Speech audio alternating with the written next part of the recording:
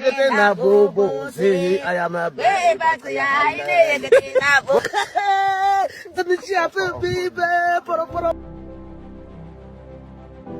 The Hadzabe of Tanzania, a deep ethnographic study. Introduction. The Hadzabe, or Hadza people, are among the last remaining hunter-gatherers on the African continent. Residing around Lake Eyasi in north-central Tanzania, their way of life provides a unique window into humanity's ancestral past. This document offers a comprehensive exploration of the Hadzabe, including their history, language, social structure, economy, rituals, health, challenges, and more. 1. Origins and history. The Hadzabe are believed to be direct descendants of some of the earliest humans to inhabit East Africa. Their ancestry dates back over 10,000 years, and they have maintained many elements of a Paleolithic lifestyle. Genetic studies suggest they are one of the oldest human lineages, diverging early from other African populations. This deep lineage is supported by linguistic evidence, as their language, Hadzane, is a language isolate, suggesting a long period of independent development. Unlike neighboring Bantu and Nilotic groups, the Hadzabe do not have a history of agriculture or domestication of animals. Their continued existence as foragers highlights a remarkable resilience and adaptability. Archaeological evidence in the Eyasi Basin points to continuous human occupation by hunter-gatherers for millennia, reinforcing the idea of the Hadza's direct historical link to these ancient inhabitants. Their history is primarily an oral one, passed down through generations around campfires, emphasizing their deep connection to the land and its resources. 2. Language. The Hadza language, Hadzane, is a linguistic isolate. It shares no known roots with any other language family.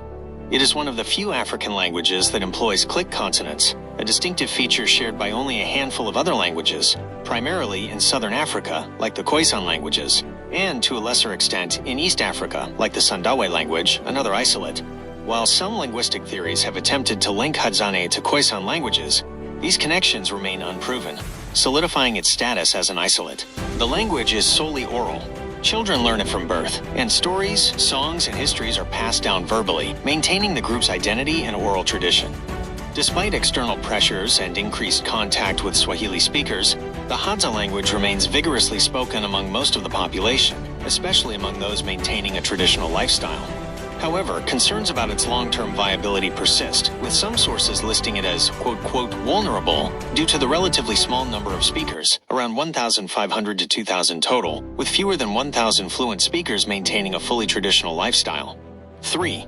Geographic location and environment. The Hadzabe inhabit the Eyasi Basin, located in the Great Rift Valley, near the Serengeti and Ngorongoro Conservation Area in north-central Tanzania. Their traditional territory spans approximately 4,000 to 5,000 square kilometers, about 1,500 to 1,900 square miles. This diverse landscape includes acacia woodlands, rocky outcrops, savannas, and seasonal water sources like Lake Eyasi itself. The elevation of their territory varies, generally ranging from 1,000 to 1,500 meters, 3,300 to 4,900 feet above sea level. The climate varies by season, affecting the availability of resources. The wet season, roughly November to May, brings rain, which supports a flush of vegetation and attracts game, making foraging easier. The dry season, roughly June to October, is characterized by scarcity, forcing the Hadza to rely on durable resources like tubers and to concentrate around remaining water sources.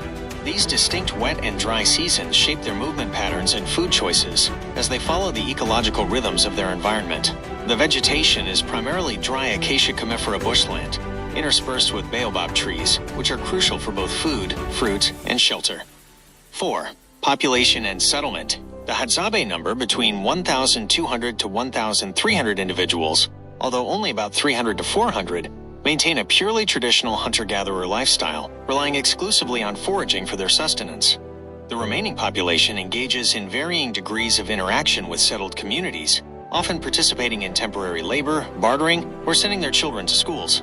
They live in small, temporary camps of 20 to 30 people, though camp sizes can fluctuate from as few as 10 to as many as 100 individuals, depending on resource availability or social events.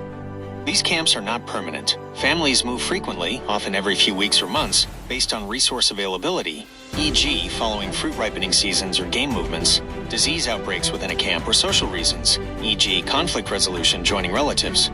Huts are simple, built using branches and leaves in under an hour, providing basic shelter from the elements. This fluidity in settlement patterns is a key adaptation to their mobile foraging strategy. 5. Social structure. Hadza society is profoundly egalitarian. There are no chiefs, formal leaders, or hereditary positions of power. Decisions are made Cái tao theo nó cái ai tao nó con nè tao nó